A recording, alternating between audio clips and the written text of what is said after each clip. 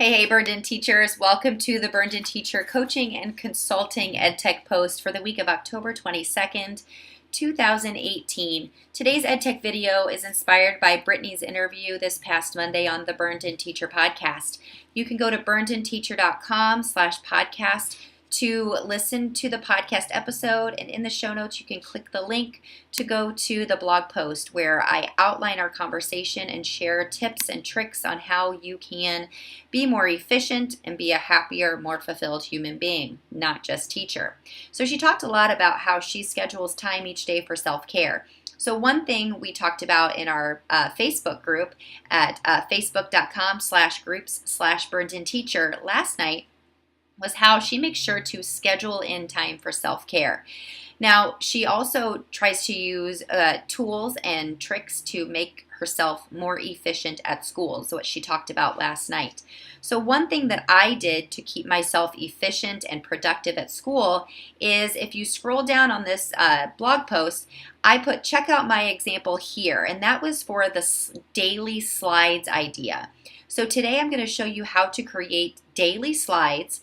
Use them as your planner. No more writing down each step to your plans and then creating your resources.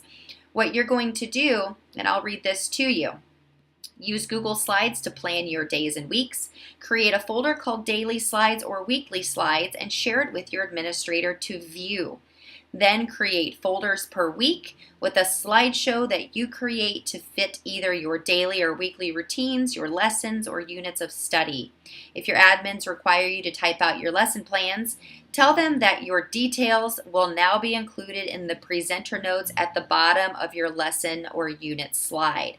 And your I can statements will be found in the slides. Each week, you make a copy of the slideshow and rename it for the following week. You can then make necessary changes as you plan for next week. These slides will be used for instruction also, and that's what makes them so valuable. So now you're putting 3 things into one and saving yourself time and hours of work each week. So you can check out my example here. If you click this, it will force copy to your Google Drive. If you don't have a Google account, just go to drive.google.com and it will ask you to sign in or create a Google account. It's super easy, and then you can click here and add that to your Drive. So now I'm going to walk you through how to create daily, weekly slides folders and share them with your administrator so you don't have to do lesson planning and then create your resources for your kids. Down here, I just have to mention, there are also ways you can use Google Keep, calendar, reminders, and tasks to keep yourself on track, schedule workouts, time for self-care, and schedule all of the things that you need in your personal and professional life, all the things that you need to do so that you can begin to visualize how your days and weeks are going instead of just keeping it all jumbled up in your head. So there's no time to do both today, but I do definitely want to show you how to make these slides because it changed my life as a teacher. It made teaching much more easier and much more visual for my students. So let's get started. Okay, so the first thing you're going to do is go to drive.google.com, and if you don't already have a Google account, whenever you go to drive.google.com, it will ask you to create one or to sign in. It is very, very simple. And you're going to create a new folder. So pause this video if you need to create a Google account. It's very simple. You can just use your first and last name and the year you were born, or anything that you'd like, and then create that account and then push play again. So we're going to create a folder. Now, depending on your subject, topic, grade level, you're going to title this something different. For me, I titled the folder Daily Slides. Okay, I'm just going to create that here. Now, what's great about Google Drive is it actually organizes your folders based on the alphabet. So go into Daily Slides. There's nothing here. I'm going to create my slides per week. So I'm going to show you how to do that. So I'm going to create a folder inside here, and I'm going to call this week 1. Create. Now, what's great about this is that what I'll do is when I'm done with this week, I will duplicate that slideshow and then create a week 2 folder, okay? So week 1, I'm going to create a new slideshow, and now I'm going to make these very basic for you, okay? So when my students came in, they saw the same. We're not going to do themes or fancy templates today, all right? So every day when my students came in, they saw something similar to this. I'm going to, again, make it very simple. So this is day 1, all right? Now we're going to assume that you teach routines and things like that, and you will include those things in your daily slides. And if you make a copy of my example in the blog post, you will see that I had videos and songs for my transitions just embedded in basically every slide, okay? So this is week 1 slides. And the reason I call it week 1 is because you're using this slideshow all week. You are just going to add to it as you teach and find things that you can show your kids and work with them on these slides. So, well, not work with them with these slides, but you're going to instruct using these slides. Of course, you'll have hands-on activities that go with them as well. All right, so we're going to insert a text box. You can also insert by just clicking this. I just like to make things more difficult for myself. And for littles especially, I like to have my font be a little bit bigger, but I really feel like it's important for them to have to read throughout the day. It's just a good practice. It's showing them reading outside of isolation of reading class. So the first thing they do is they unpack your backpack, hang up your coat, use the restroom, and I would include images with these things as well. Use the restroom, and then work on word work. We did word work every day when we first came in, every single day. They just had different tasks that they did. So I never had to focus on creating different kinds of bell work or morning work, as some people call it, okay? Now, to make these a little bit more separated for my littles, I just click here on this line spacing icon, and I just go to double, and then I would insert images. If you have a Bitmoji account, you can get the Bitmoji extension, and then I would just copy images and paste them in here just to make it more fun. All right, so let's say then that after they're done with their morning routines, then we're going to insert a new slide. And let's say we're going to work on word work first, okay? Now, although I did have different spelling lists and different word work for each of my kids, I still followed our curriculum guide, and I still taught those concepts to the entire class, but some kids were not ready for those concepts, and other kids, it was way over their heads. But I still spent a little bit of time every day teaching them these different skills. So let's pretend we're working on short vowels, okay? I can read short vowel words, okay? So, and then I would always highlight my I can statement, because remember, this is not just for you. This is for your students. This is what you're teaching with, so they should be able to say, I can read short vowel words. And if your administrator wants to see typed out lesson plans, I would just say day 1, we are watching the video attached. Oh my gosh, I can't type when I talk at the same time. Watching the video attached. And then maybe on day 2, we're finding words in our books. All right, so for day 1, like I said, we're watching the video. Okay, so I just go here to YouTube, and I'm going to type in short vowel words. Now, I've not watched these exact videos to see if they're the best or not, but I'm just going to click on this one as an example. So you just copy the URL, okay, or you can use Control-C. And then here on this word work slide, I'm just going to go to Insert, Video. I paste that URL in there, click the video, and then hit Select. And it's going to embed that video right here. So now look at this. I can now just watch this video with my kids. I don't have to go searching in front of them. I don't have to do anything in addition to just finding that video, because you're going to project these slides up for them to see. Now I'm going to leave this blank, and the reason is because I'm going to say what words have short vowels in them. Okay, so then maybe what we do is we either pull words out of the video, or maybe you have the kids just raise their hand and share or collaborate together and then come back together with some short vowel words, and then you just write them here together as a class. See, this is doubling as you're planning. You're sharing these slides with your administrator. I'm going to show you how to in a second. And you're also building on them each day. So I'm going to duplicate this slide.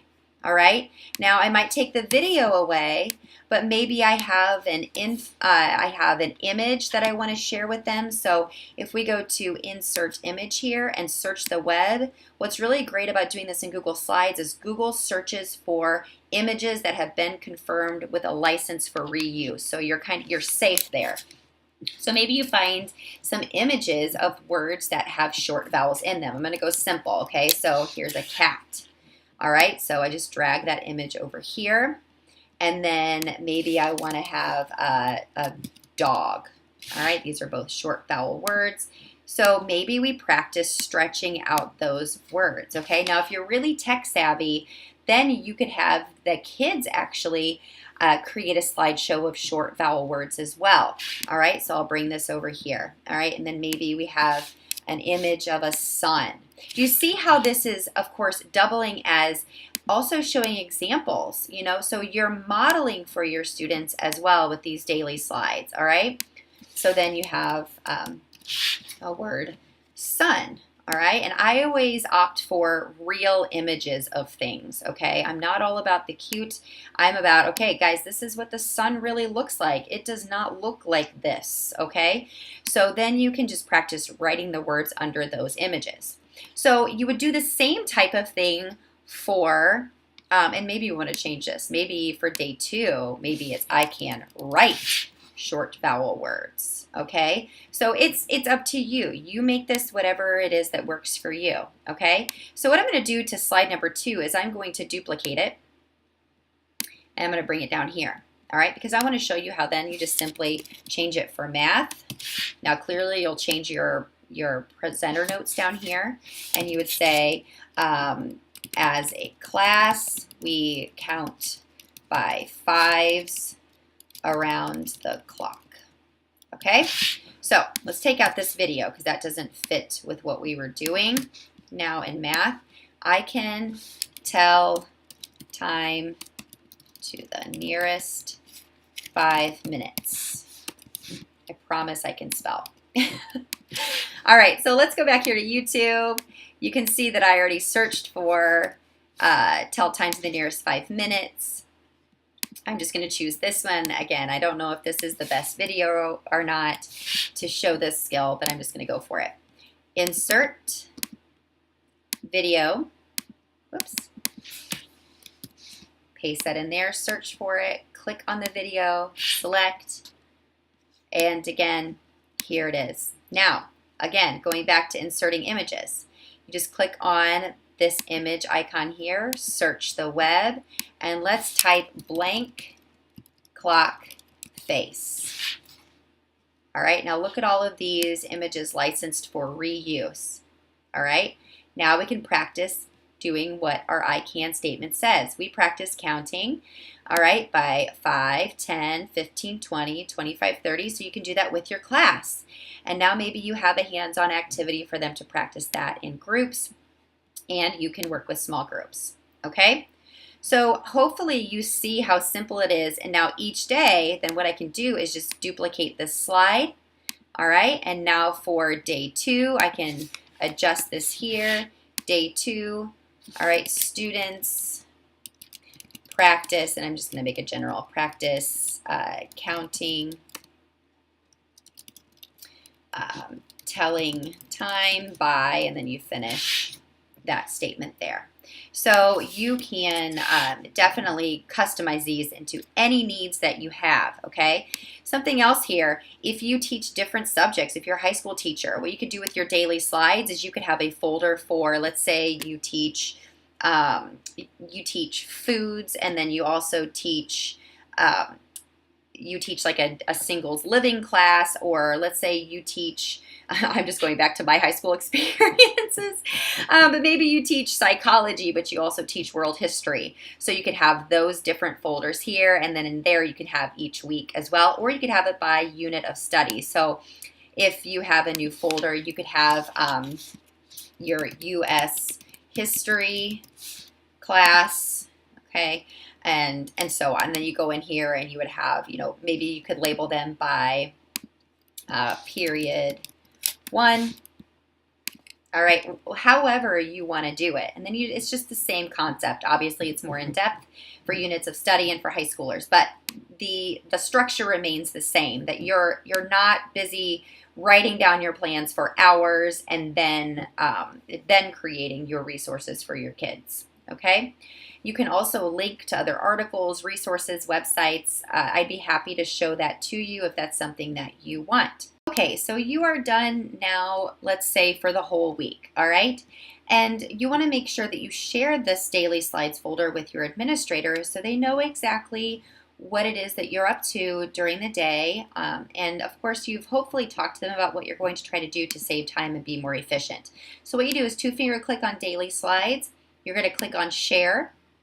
You're going to go to advanced, and right now it's private, only I can access it. So I'm going to change this to anyone with the link can view only. Okay, sometimes it defaults to something different, but it should default to can view only, and I'm going to click save.